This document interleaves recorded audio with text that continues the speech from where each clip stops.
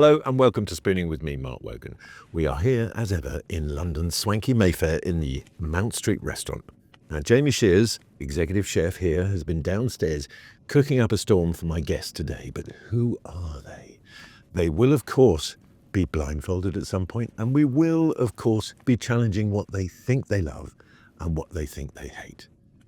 Today's guest, well, where do we start? I mean, Johnny, the producer, is a massive fan of this person and has written what can only be described as a diatribe of an intro. So here we go, because I'm going to have to read it. It's quite long. My guest today is glad you came to listen to this episode of Spooning this week. He may be eating some of his worst foods, which will mean he is at an all-time low. But if that happens, his good food will leave him chasing the sun. He showed you how to walk like Rihanna, and now he is showing you the best songs of the 90s as he tours with Juliet, the musical, around the UK. So without further ado, please welcome for a spooning, I wanted him. It's your Strictly winner, the king of the jive, the West End sensation, singer, dancer, and all-round great individual, Jay McGuiness. Yay! That's quite, I mean, you know, I think Johnny's sculpted something very nice there about you. I love great individual, sort of casting judgment on my humanity. I love that. No, I mean, all-round great individual. Yeah, thank you, mate. Yeah, I love that. No, I appreciate it. And he is a fan, and, you know, we're here in no small part to talk about your new show. Yes. Which we will get to. But we want to go right back to the beginning. Let's delve. Ready to We're going to delve. go right back to. So, you are, by my measure, a young man. Okay, yeah, I'll take Born that. in 1990. 1990, yeah. My God, I mean, I don't want to divulge what I was doing in 1990, but you know. So, Newark, you were born. Newark-on-Trent, that's Newark-on-Trent. What age were you when you got into The Wanted? Was it late teens, early 20s? That's right. I think I was 19 when I auditioned or the first song came out, something like that. Because you went to theatre school and you right. actually focused on dance. Yeah, I went to a Catholic school until 16, and then I went to Mad College, Nottingham, which is Midlands Academy of Dance and Drama, and that does musical theatre. So I just did everything, sing, dance, act. If you zoom all the way forward, you won Strictly. Yeah. And there's always a thing where you go, when you see the early weeks, my wife was a professional dancer for many years. Right. And she went, hold on, they can dance. Hold on, they can dance. It's like, you know, and then every so often somebody who really can't wins. But I mean, you really can dance. Well, I mean, I like to think so, but I mean, I would never consider Well, there is myself- evidence. I would I mean, ne- you won Strictly, for God's sake. I think I could still never consider myself a professional dancer, because even though I did like a bunch of training, I think because I never really went into that world and stayed very much in sort of like, you know, band world and then like musical theatre, which was, I know that a real dancer would look at me and go, okay, he can do it, but he's not like finessing it in the way that we are. Well, I think it is certainly in Susan's case, my wife, you know, from that big, it was everything. Right. You know, and it was ballet. Yeah. Had her audition for the, you know, Royal Ballet, and they went, you're fantastic from the waist up, but your turnout's not right. You'll never, and you're like, Right. oh, well, that's that dream over in a Ralston. Yeah. So then went on to went on to study commercial dance and worked as a commercial dancer for years, you know, pop videos, tours, all that kind of thing. If you'd been a little bit older, she may have been one of your backing dancers. Right. That was all I was going to say in the Wanted years. But it is an intense thing, that sort of, you know, the rehearsal, the getting ready. I mean, when you put those 5 young boys together, because you were boys when you started, 5 young boys together to try and get, was some of you more focused than others? Because obviously you came from a trained background, so you were probably able to pick up the dance moves quicker and had that kind of. Well, I would say there was definitely a thing that when you've been to like any musical theatre school, you do get sort of drilled into you, like, you know, you're employed at this, so you have to sort of turn up and do it. So at the very start, maybe, I mean, I was always naturally a goody two shoes anyway. You know, I'd be in the class like silent basically, and then I would never confront anyone. But if someone was being loud, I'd be like writing my English homework, like, God, why are they so annoying? You know, full goody two shoes, but not aggressive. Yeah. But yeah, I think that I feel like The Wanted was my uni experience when me and the lads would go out and sort of get into clubs and, you know, do some really 2-bit performances to like 5 people and just get to absolutely no good whatsoever. I feel like that was when I sort of went, oh, okay, I don't have to be perfectly trained to get the job. I don't have to do this, that, the other. And you get that sort of swell of male ego. And it was a riot. It was genuinely a riot. But we really cared about it. We cared that it would be authentic. And that's always within the confines of a boy band or a Popeye. So it's never going to be 100% you. You are, you know, clicked into a machine, essentially. Yeah. But we always were passionate that we want it to be like this. And that push and pull with record labels and stuff was something that we were like focused on. But did you have a moment as a group where you went, right, for this to work, we all need to be on the same page, and because you did seem really unified as a group, and you've now got, you know, the Boyzone documentary coming out. Yeah. You've got all those documentaries sort of showing, and it's well publicized, the Fishers in Take That, and, you know, and all that sort of thing. Was any of that going on for you guys? I feel like even though we did have disagreements on some that sort of ended up being towards the end of the band, we genuinely, as a 5, have joy when we're together. And that's always been the case. And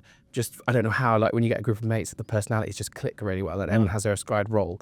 And like my role in my siblings is actually very similar to my role in The Wanted, which is like I'm sort of a bit of a softer one, and also like comic relief, like make fun of myself, like a little bit of peacekeeping going on with that, but like I'm not like very decisive or like making plans. I sort of go along with the flow. Who was that in the group? I'd say Max and Tom like spearheaded all of our naughty behaviour, and then we'd go along for the ride. It was just an adventure and a half. But when you were doing the, you know, Ryan Seacrest kind of put his massive, you know, entertainment arms around you and sort of, you know, the Wanted in America and that kind of, you were definitely promoted as something different to who you are, I felt. So what's funny is I watched the first episode of This Is the Reality Show, The Wanted Life. Yeah. And I hated it, and so I didn't watch any of it. So I have no idea how I came across. Well, it was a bit sort of like, you know, you were the cheeky, mischievous, naughty one. Well, yeah, I guess I have my naughty side too. Yeah. What's funny is, you know, when you're in a boy band, if you've been in one, there's definitely an element of you sort of you fill up a space that is left for you there, and it doesn't allow you all the time to be all the things that you are. So if there's someone like, I would say Max is like, he seems like a very dangerous character, right? But to know him, he's actually incredibly soft and goofy and like funny to a fault. And then like, you know, Nathan seems like very soft, but actually he's really sharp and like really on it with like, he's incredibly perceptive. But I think that people ask you who's the funny one, and so you pick who the funny one is. So then that becomes the sort of mold that you fit. But all of us had the capacity to be funny in our own way. All of us had the capacity to be arrogant or charming, you know. And just a human at some level. Yeah. But it is in that sort of boy band dynamic. And you, I think I'm correct in saying that The Wanted was sort of essentially the last boy band that didn't come out of a reality show. Maybe. I can't think of any that come to mind. Maybe that's not true, but as far as I'm aware, yeah, I would say so. And then, you know, One Direction come along. Yeah. And everybody goes, how did that Doolally. I mean, it was perfect ingredients. Yeah. You know, like they were the perfect package, and it all came, and the humans within that package, and it all came out and just nailed it. But then that must have, you guys must have gone, well, that's our time done. Because we can't compete with that. In a way, it helped define us as well, because then we see like these like lads come out and absolutely smash it, and we go, okay, so who are we? And we're like, oh, we're like the slightly ropier, older, but also we're cooler, you know, like we considered ourselves we cooler, could take them however wrong we were, yeah. So I think because at that time, I'm sure like the pressures of Psycho and the rest were like keeping those lads like as cookie cutter clean as they could, despite them being completely, you know, like normal lads. So then we hung on to like, yeah, we're like, well, cool. I remember we did the Ellen DeGeneres show, and she said something to Max like, So I hear you like to party. And I was like, oh, that's an interesting thing to like lead one of our introductions to the US with. And he went, yeah, we like to party.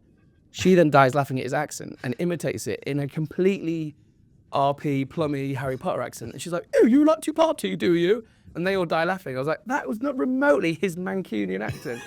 But yeah, I think as much as like One Direction coming out was like, we've got competition here, it was also, okay, we've sort of positioned ourselves now.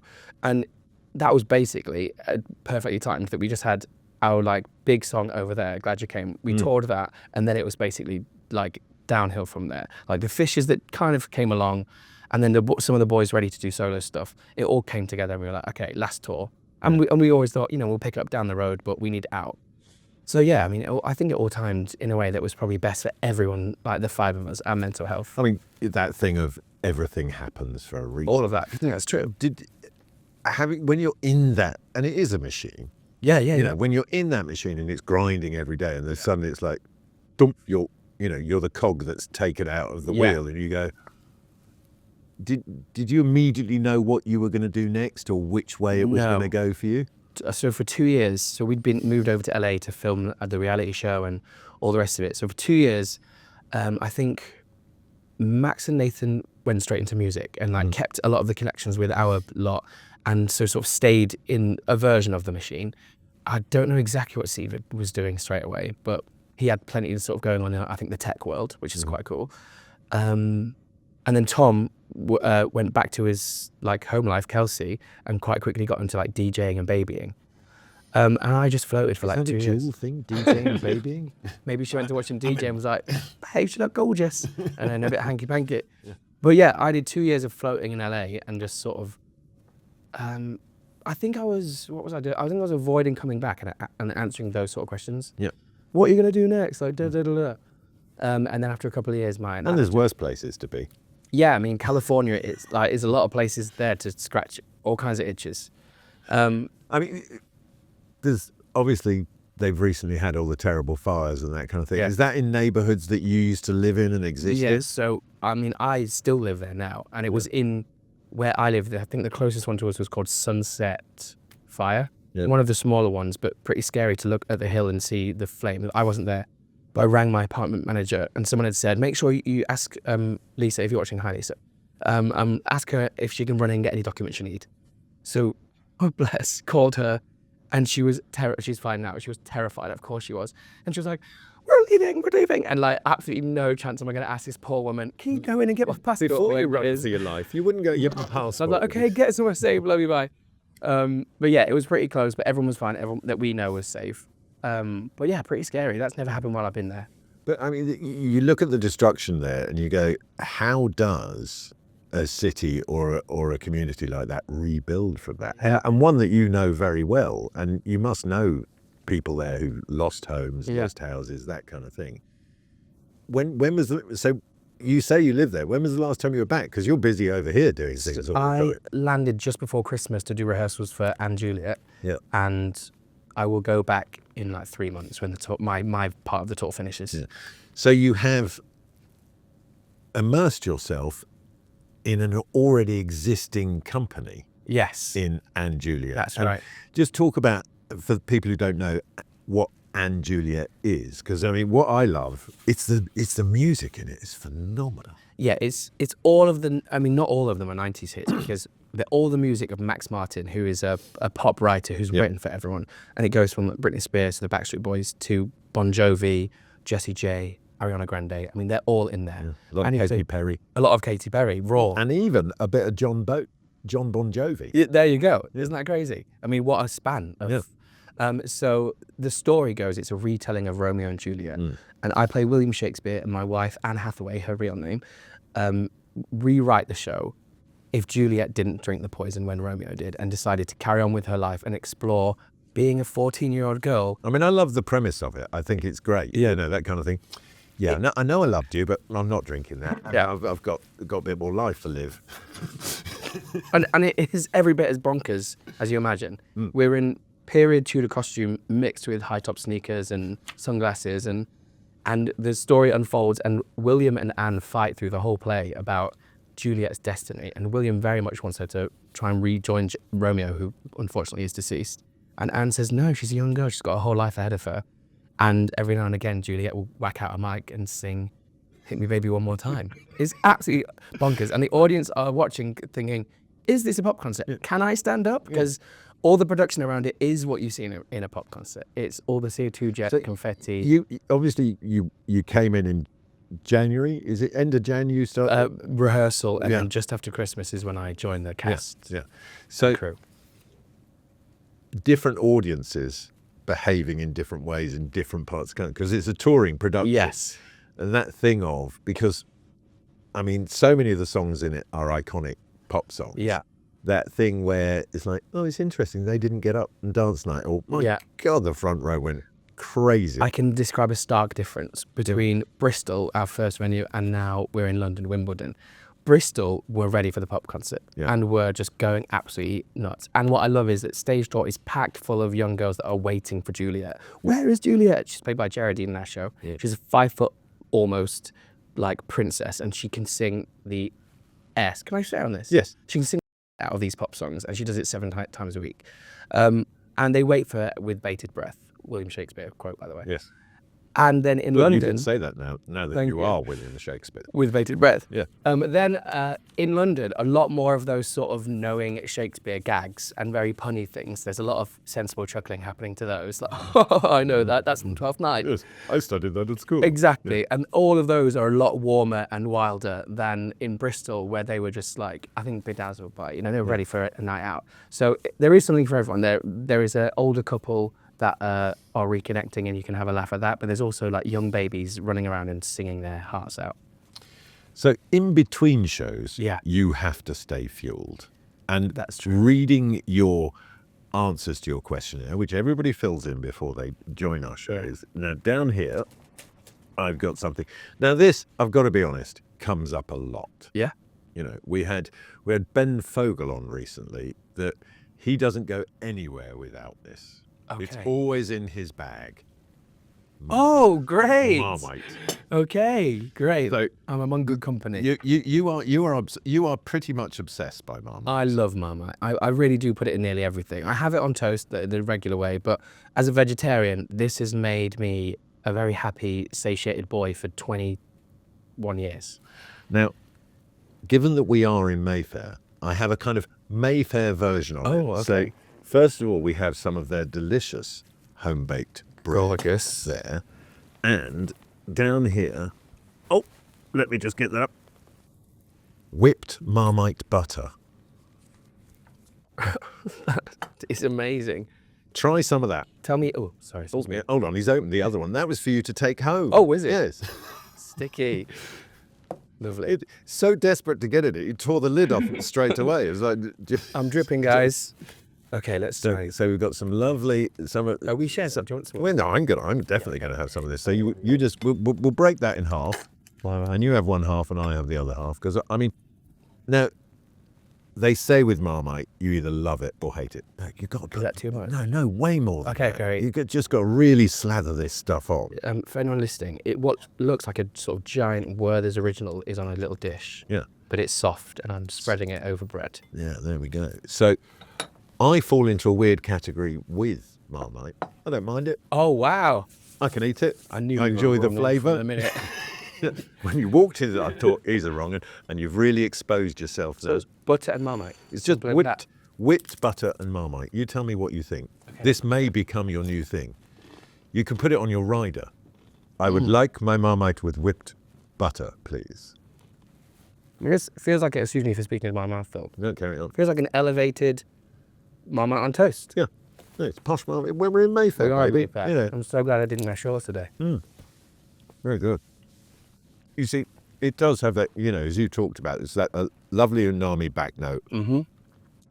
And what a lot of people, what I use it a lot for, is if I'm making a stew or something like that, just a teaspoon of that, and it just raises the kind of flavour profiles in whatever you're cooking.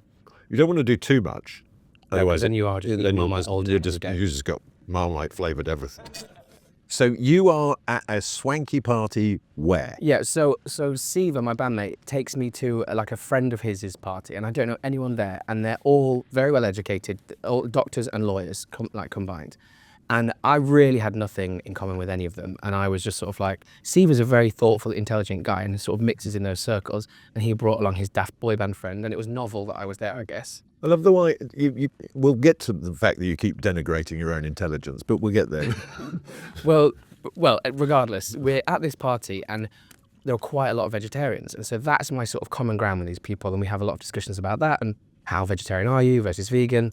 And I'm also nervous drinking the whole time and get quite drunk. And I don't have lots of memory about most of the night, but I remember at some point I'm sat in a chair Quite on drunk. my own, very drunk. Yeah, okay. I'm eating tuna salad with a serving spoon. And Siva comes up to me and takes a spoon and bowl out of mine and puts it down and says, "It's time to go home, Jay." I was like, okay. He put me into a taxi shortly afterwards. I think not before I spent a few I minutes. mean, you got so drunk you forgot you were a vegetarian. Yeah, which is amongst all these people that you've just been waxing lyrical Yeah. about vegetarianism. that was our only common ground. Yeah. So I think they got a good measure of me that night. But I got sent home. So you've done all that, you've done the LA lifestyle, and you've sort of, the next time you sort of come to our awareness as a general Yeah. public is when you enter Strictly. Yeah, I would say it would be the first time that I came to sort of the public's general awareness, because I think I was just a sort of happy cog among my band.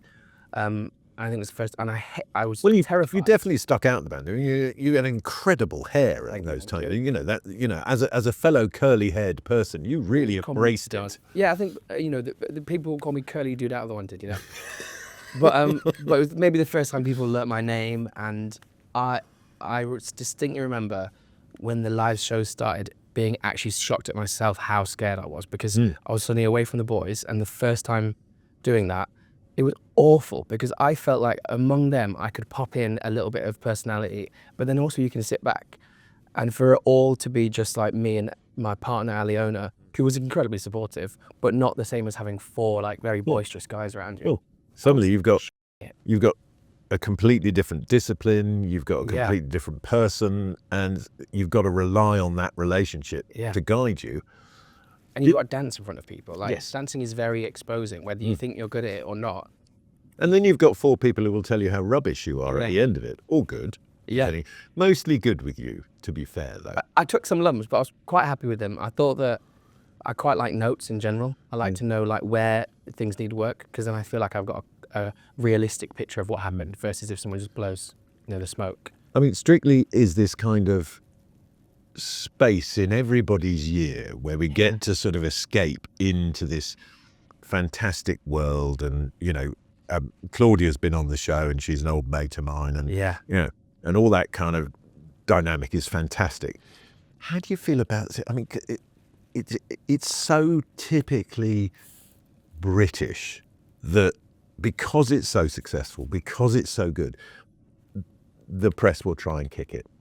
They'll find anything, any chink in it, anything that goes wrong. I mean, even in the last week or so, you've got the whole Wyn Evans thing going on. So your experience was a really positive one. Yeah, it was. And for some people, it's like you say one thing slightly, I don't know the whole story, but all of a sudden it just discredits this thing that is Strictly. I think it's so funny, because I do think there's sort of two halves of Strictly. The show itself, and then the sort of, I guess you could just call it the press reaction to it. And they both sort of like rotate around each other. And I'm sure half of what's happening isn't put in the press, and then half of it is that's in the press is false. And then there's lots of crossover where it's all accurately reported, but it sort of feeds the popularity of it. So there is a sense that the reason that people keep tuning in is partly because all this awful advertising is happening. And I don't know how much that crossover Strictly enjoys or really hates. And I think that for me, regardless of like however I feel about how things were reported about me at the time, I remember being overwhelmed by how much things were being reported. And all people that I had who'd seen me in the Wanted forever and like little news clips and us coming out of clubs looking terrible, were sort of over that. I thought it was fine. Suddenly I was like really overwhelmed with how many people were reaching out to me and going, what happened with this and this, that, the other. It's a whole enormous scale that I think I would say 90% of the contestants would find it overwhelming, because most of them aren't necessarily the sort of people that perhaps are chasing all the time. And I thought that was just like bonkers. And I decided just sort of like not engage with it at all. So when there was any comments or anything, I was like, okay, I'm just going to leave it and not sort of feed Jay reacts to da da da da da. But that is like a whole mammoth that's next to the mammoth of the show. The show is already a mammoth, but I really don't know. I mean, I think it would be a lot nicer if a lot of that commentary wasn't added that's false. But I also think if there's, you know, untoward things happening, you do want to make sure people are. I mean, there were people on my year that have never come forward and said that things they experienced were not good, but they did speak about it internally and things got sort of sorted out and resolved. So I assume if it bubbled over into the press, then it's probably potentially there's a lot of truth to it and it could be awful. But I mean, it's hard. It's a throwing all those sort of people together. It's a hotbed of potential mishaps, you know, all different kinds of people. Well, I think when you're at the level of someone like Aliona or any of the professional dancers, you are a professional dancer. You are athlete level, good at what you do. Yeah, and they do rightfully take a lot of pride in that because they are amazing at what they do. So that thing when you get when you get someone like you who's got a bit of background and is willing to learn and essentially wants to compete at the end of the day. And do some fun dances. Yeah. And have fun with it, but do it as well as possible. If you've got a celebrity who is maybe being a little bit precious about the amount of time that they've got to spend on it. I see. You know, I can see how that could be the case. Because I know from my own wife what it takes to be that good. Yeah. And therefore, if your person who you're having to go out in front of with the public every week is not giving it 100%, you're going to get pissed off with them. And or they're going to start to annoy you. Yeah. But again, it's that thing of we don't talk enough. That whole community, all of these things, you sort of, when you look at the problems that might happen in Strictly, or generally in anything in life, you know, if those two people had just had a conversation earlier, it wouldn't have gone there. Yeah. Did you have a good line of communication throughout the whole thing with Aliona? Yeah. I mean, I really loved like strong direction, and she was more than willing to give that. And I have no kids, and she looks tough. I mean, there's an element of toughness there, but always perfectly, I would say perfectly sound with me, certainly. But I quite enjoyed that. I will say too that I remember at the time, a lot of people had said that she just wanted to have good dancers, and she was really upset by it because she'd had Johnny Ball, and he was a lovely guy, and she adored him and loved her dances with him, and I don't think they got extremely far, but she adored it because they created stories together in the way they danced. And even if you're not with a great dancer, you can still... And he's a sensitive, intelligent man. She loved her time. And so then when she felt that, not to air her business, but when she felt that reputation was part of her, she was really upset. There were probably some other people that she had that weren't great dancers that she did have a negative time with, but she tried to keep that out of the show. I would say too that I would say, as much as all, you know, various like sports personalities, politicians, pop stars, they can be extremely difficult. But the onus should always be on the professional dancer and the BBC to make sure that that person is just getting through this. Because at the end of the day, they aren't trying to start a career in dancing. No. They are just going on to sort of make some reality telly. And the dancer should be supported by the BBC to sort of clear the boundaries, set the expectations, and keep things above board. You know, I think that the celebrities are... No, I mean, the production team and the BBC have a responsibility to make sure that those people are cared for within. Yeah. But I Even think if all bit of... Yeah, but also the other thing is, as a celebrity, Yeah. if you go on that show, surely you know what you're getting into. I would say so, and yeah. you're being paid. That's true, yeah. So I think there's a responsibility on both sides. Fair, yeah. You know, but ultimately... I suppose we got into this conversation because it's the wider world's desire to either kick the BBC or anything that's quite successful. Yeah, that's true. The BBC take a lot of flack, and as much as there's a lot of red tape, I think that's a great thing. I think that they really do try and establish, you know, sort of like, we do this by the book so that we avoid all those situations. The situations happen anyway, but they're a lot less cowboy than a lot of other places. Well, I think it's that thing of the BBC... There's lots of things it doesn't get right, but Strictly ain't one of them. Yeah, I'd say. You know, so it's like, pick on... focus on the things they're not getting right and bring those to the fore and Yeah. leave the stuff they're doing, Anyway, so you won it. That happened. Look at you. You see, that happened. We're gonna have me coughing all day. I mean, you won it. I mean, how did that feel? I mean, genuinely, the moment of winning was wild because we did this jive that was really popular and everyone wanted us to do it. You're king of the jive now. Woo! And I think I think we're still considering Jill Halfpenny is the queen, or I think she's the original. But I remember You could have a jive off with Halfpenny. See who comes out on top. At the end of the day, the only real winner is the dance. the dance, right, and the memories. Oh.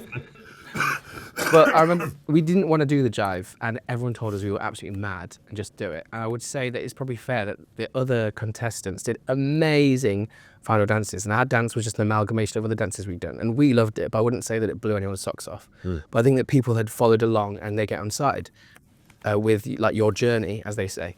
And so I was absolutely gobsmacked. My manager said before, you're not going to win because you've not done the jive. But I think people were rooting for us, and that was like an amazing feeling. I was like a mixture of laughing and crying at the time. Amazing feeling. There must be a part of you that misses that level of elation. Oh, I see what you mean. I don't think so. I think because we did it for quite a long time, like being stood in an arena that's full of people is physically like, wow, amazing, amazing, amazing. And then you start to crave like your wants shift, and then it all becomes about like you want to be considered talented by your peers. So you want other like pop artists to like you, and then you want anyone that like is in the music industry to be like, oh, they were a good boy band, So you shift your wants to be considered credible, and then I think as you age, it shifts to other things. But I mean, like writing a book was a big ego thing for me, Like I have to admit that's like, I'm a man, I wrote a book, and I'm like, I make sure to say like I didn't have a ghostwriter. And that is me like craving something that is all about like feeding my ego. But on the same side, I love what I was doing. So I don't know what to say about more than that. Well, I think it's that thing of like, all of us occasionally have to zoom out and go, because there are lots of people who would look at you at 34 and go, oh God, he's done a lot. That's so funny because I'd never have that feeling. Always have that feeling of like, what do I need to do? Yeah. What's next? Yeah. What's next? Yeah.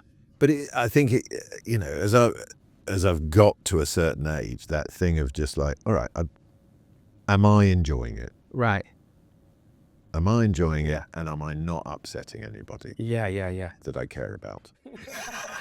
The caring thing that's a gift that comes only with age. You really can't teach that to an 18-year-old. Yeah, because that's the thing is like when you're in that and the attention that you get, and then how the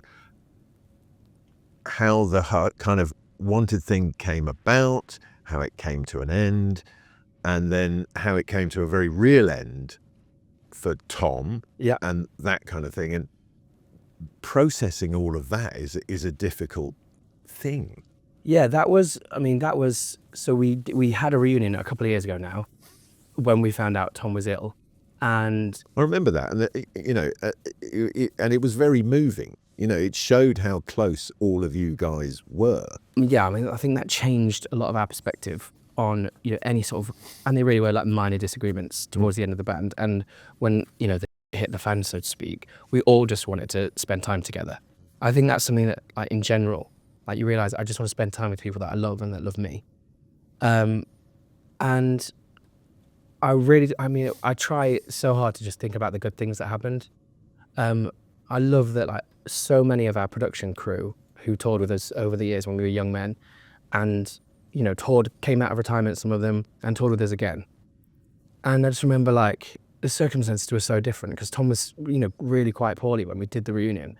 But just for everyone that had been there when we were like 19 to 25 or whatever it was, we're back when we're in our 30s, and we got to be idiots again, sort of just around and annoy them, and the same stuff we used to do. With them looking at you, you should know better by now. And, I think I genuinely believe that was really great for Tom's brain. I was often thinking about like what's good for his brain, and all of us were thinking that. His wife was always thinking that. His bandmates were thinking that. Like, what's going to keep him engaged? Because that's part of what they think is some of the best things for you when you're going through that sort of thing. And I just remember thinking like him getting on stage, being in front of like thousands of girls, is got to be shocking to his system. And like just amazing memories. And then I don't know whether this is necessarily good or bad, but I've met so many people since then who'd been to those concerts and said that they were like, so loved this concert when we were there reuniting, and so happy to see Tom up there. But also that they were like stopping themselves from crying because they didn't want him or us to see that. It's like, this is so weird and sad and lovely and sweet that they were all loads of, I'm thinking there's an overwhelming number of people that said me that we were trying not to cry and holding up posters to say like, get your willy out or whatever it is. Yeah. Like the old days. Yeah, just like the old days. I mean, like silly things like signs that fans bring, that silliness is like something that's so valuable as time goes on. So like spending time together was a dream, and then just indulging in like silly stuff. And to have that opportunity, knowing what inevitably the end was. Yeah. I think it does help with the grief process, doesn't it? Yeah, I think for a long time I could only focus on the negative, and I hated talking about this. And I always feel pressure whenever I talk about it in a place that would be considered public. That eyes are on me, and it makes me like quite anxious. But over time, and like any of us, it brings up the emotion as well. Yeah, but over time, as I've been able to remember like some of the really positive stuff, and like the amazing memories you have, I find it easier for sure. Yeah, because I mean, loss is loss, and everybody's version of it is different, and everybody will process it in a different way. I mean, I lost my mother last year, and I mean, that's life changing, isn't it? Yeah, I mean, it is. You know, all of a sudden, I lost my dad 9 years ago now, and suddenly I'm an orphan at 54. Crazy, yeah. And it's weird. It's like, but the good thing was, and I think, probably the process you went through by going on tour and bringing the band back together is like, you're kind of like, well, at least there was nothing left unsaid. Yeah. And I think that's so important in that process that, because everyone assumes that you've had this phenomenal life that's had no upset and no thing in it. And I think it was really key. And I think what Tom did really well was to bring that illness and what he was going through to the fore and educate people. Yeah. And the fact that you lot all gathered round him and did what you were great at together was a beautiful celebration of it all. Well, there was never any way that we would not have done that. That was like just in our blood, or But he had the option not to share it and try and sort of fight on his own. And I remember sort of me just thinking, if it was me, I think I would do that, because it would just be too much for me to be like, especially because the type of sort of media that surrounds you is like, not to use a morbid word, but it does feel very much like vultures. And when my father died, we referred to them as hearse chasers. Yeah. It's weird because we were used to like paps and stuff, but for then it to be like a certain type of attention, that was like, that's a lot. But in him coming out with it and talking about a lot of what was going on, and like he put on a very quick concert, and it was for like the brain tumor charity and all and Stand Up for Cancer and all this kind of stuff. I just can't help, like, he met a bunch of people that were going through the same sort of types of cancer that he had. I genuinely think that there must have been so many people that saw what he was going through, that were going through the same thing, that at least felt that they weren't sort of like cast aside. That there's something like the country is talking about something that you're going through. And even though treatment options are still really narrow, there's hope that they are going to get better and better. Medicine tends to get better over time. Yeah. But it's also a focus comes on it when people like Tom come forward. Yeah. And drive drive awareness to it, because any doctor will tell you that all cancers are curable. It's down to money. Yeah. If we have the money to do the research, we can cure it. Yeah. And I think for me, I just thought it was a masterclass in how to do it. to not put too fine a point on it, in how to die. Do you know what I'm saying with that? Certainly in his situation too. To kind of be as open, be as brave, and use essentially his fame to positive in what is a deeply negative situation. Yeah. Because he was a young man. Yeah. I think that what I want to do now is move on, because it's it's a difficult subject, and I don't want to dwell on it. And you've been very decent to talk about it. It is time for you to don the attractive, smug, Blindfold. spooning Has Ben blindfold. Fogle worn this? Not that exact one. Oh, shame. Yeah. I mean, I think he nicked his one. Right, so I'm just gonna clear a little bit of a space. I'm gonna move the endless Marmite products out of the way. Is this because you're trying to heighten my sense of taste, or is it because you? Well, so much, as they say, so much of what we eat is with our eyes. So when you remove sight, you remove preconception. Okay. Okay. So here we've got your first spoon, which I'm going to slide in now. And I will feed you. Okay. Am I opening my mouth? Yep, you open your mouth, open wide. There we go. Now tell me about the flavors, the textures, what you've got there. I mean, this was high up on your list, this one. You said as a clue. What is that? That's vegetarian chili. That's delicious. All right, so take your blindfold off. Yeah. Because this is actually, and we talked before, and I said I'm going to change your life a little. Spicy. Because I have another business, which is called Simplicity Foods, that I set up with my brother Alan and a very renowned chef called Neil Rankin. And we have taken a revolutionary approach to plant-based eating. Oh, great. Right? We use vegetables. Right? Instead of... So we ferment vegetables, and then we create a mince from it, and we flavour the minces in different ways. But anything you can make with a mince, we make. So Great. A sausage, a burger, a meatball, blah, blah, but all these flavours. And this is our chili.